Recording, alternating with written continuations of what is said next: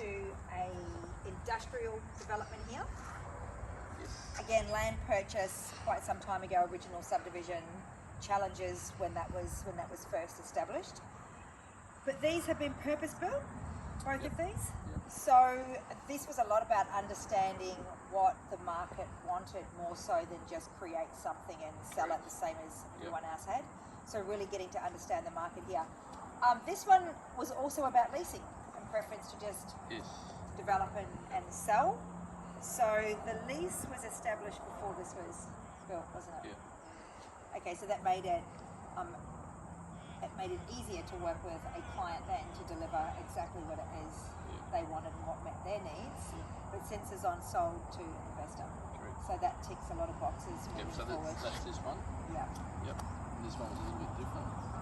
So if we look at this one from a starting position, this meant that we could keep a business local, that the employment stayed local. So it was pretty important for the area to be able to create something that suited these guys. They're super happy with what they've got, aren't they? And I think probably the one thing to mention is that, again, in our local area, there's very limited office space. Yeah. It's all in the CBD, and car parking is a major issue. So this is something different for where we are, to be able to have this out in an industrial area, to actually get a professional business like this into an office environment, but get the car parking they need because they've got 40 odd staff. So we talk about that affordability again.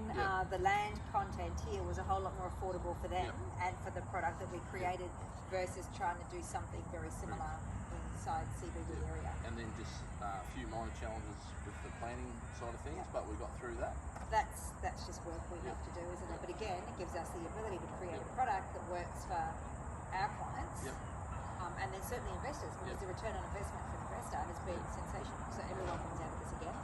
And again, with this one, we actually found the client ourselves. You put together the lease arrangement for that. And then I think you also found the purchaser as well. Yes, we did. Yeah, absolutely. So it's coming back to that the real estate agent side of things. The things that we do now anyway, you know, we put that effort in, and from my perspective, and I believe from your perspective too, it's important for us to be able to control that and deliver an end result that really works, not just build a product and sell it, and whatever happens. And being able to keep the client up to date all the way through the project, right through to the actual agreed settlement period and all that sort of stuff. It just makes it so much easier when you're controlling the whole part. So. We delivered things to these guys that are not normal. Right, like fibre and stuff like that, which was a big issue for them. So there's a lot of negotiating goes into it, and costing all the way through to ensure that what we're creating we can deliver. Like everyone's got to eat. So from that costing perspective, being able to make sure that what we're delivering we can, and then from the investment perspective, the lease on it maintains value for not just this building, but for next door for this area. And that the investor gets a good return on their investment as well. Look inside this one? Yeah, I think we should. I think that's a really good idea. So this one was a little bit different. Again, we sold this direct to the people that have bought it. This was part way through build when we found them. So that created some... Come on through, Mr. Cameraman. That created a few challenges, but not too many. Yeah. So this was actually being built for us. Yeah, this is going to be one for our own office, but everything's for sale apparently. Well, it is, not just because it was for sale, but because it really met the needs of another business that wanted to stay local.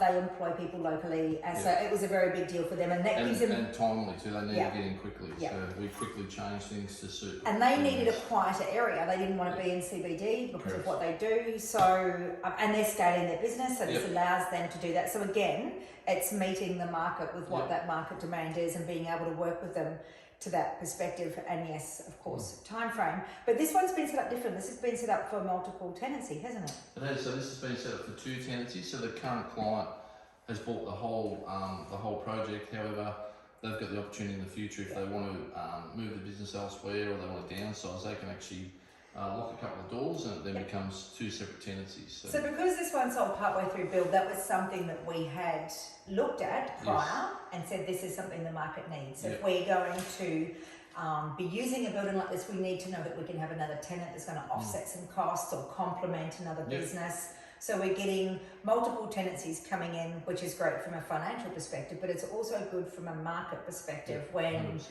we can offer smaller space, whether it be by the month, by the year, by the whatever it is, meet the demand that's happening at that point in time, which serves a purpose for everyone.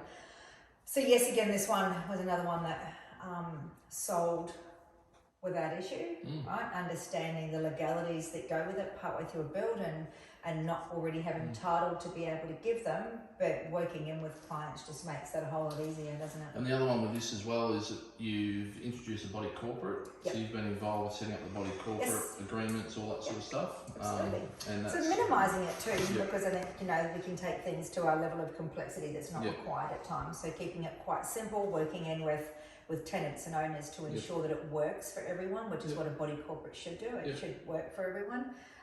And then that's got to be told into the lease, particularly next door, the body corporate arrangement. So you've done, you've been involved with all that through. Want to through this way? I think so. I think we can have a look, because this has further development, doesn't it? It does. Yes. So again, you have control of the construction all the way through this from start to finish, right? With your builder's license. Which again, when we look at that from a holistic perspective, it makes a whole lot of sense to be able to take it from land purchase through construction. Again, monitoring what the costs are and making sure that that budget feasibility is on point. How easy would it have been for an owner builder to have blown that budget on this? Oh, big time. So this is, I mean, this looks like standard four walls and ceiling, but this has got acoustic plastering on the walls. It's got acoustic insulation. It's set up for studios.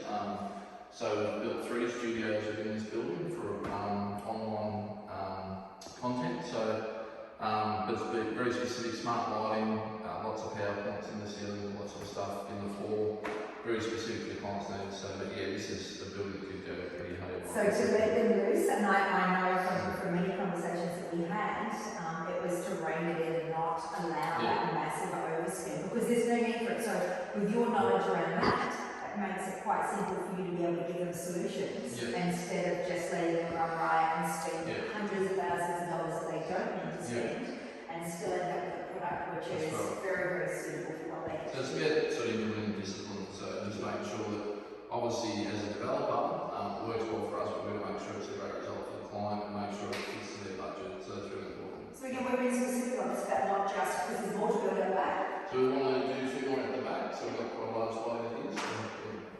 So it's quite specific to make sure that it's a good tenant mix, so isn't it? That can't just be random. We've decided that from what the market needs and maintain value, because maintaining value for everyone on the lot is very, very important from a property perspective.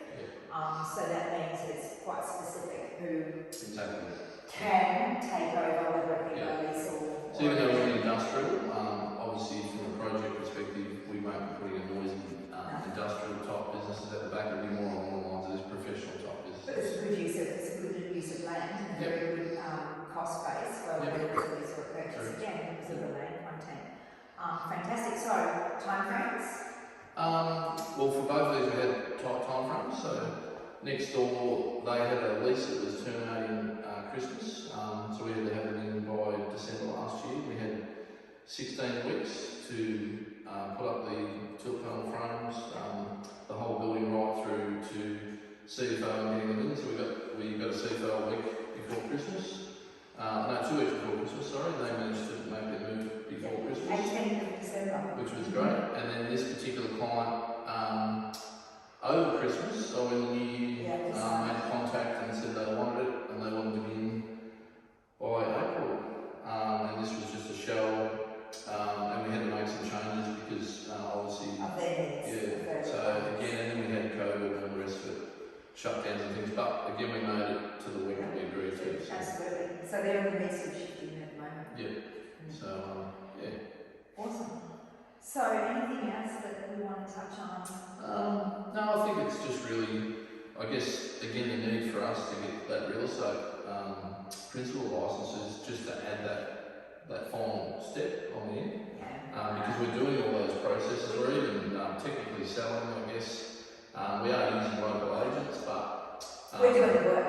We're doing the work, and we're putting the leases together.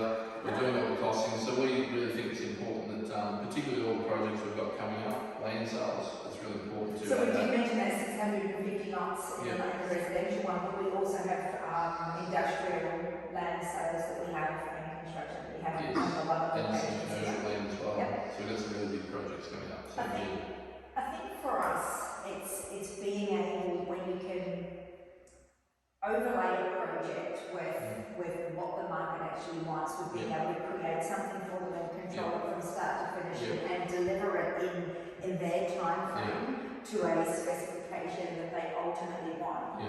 That's a great result. It's a great result. I think interpreting what the client wants to, sometimes it's difficult coming through a real estate agent, through a salesperson, interpreting through them what they want.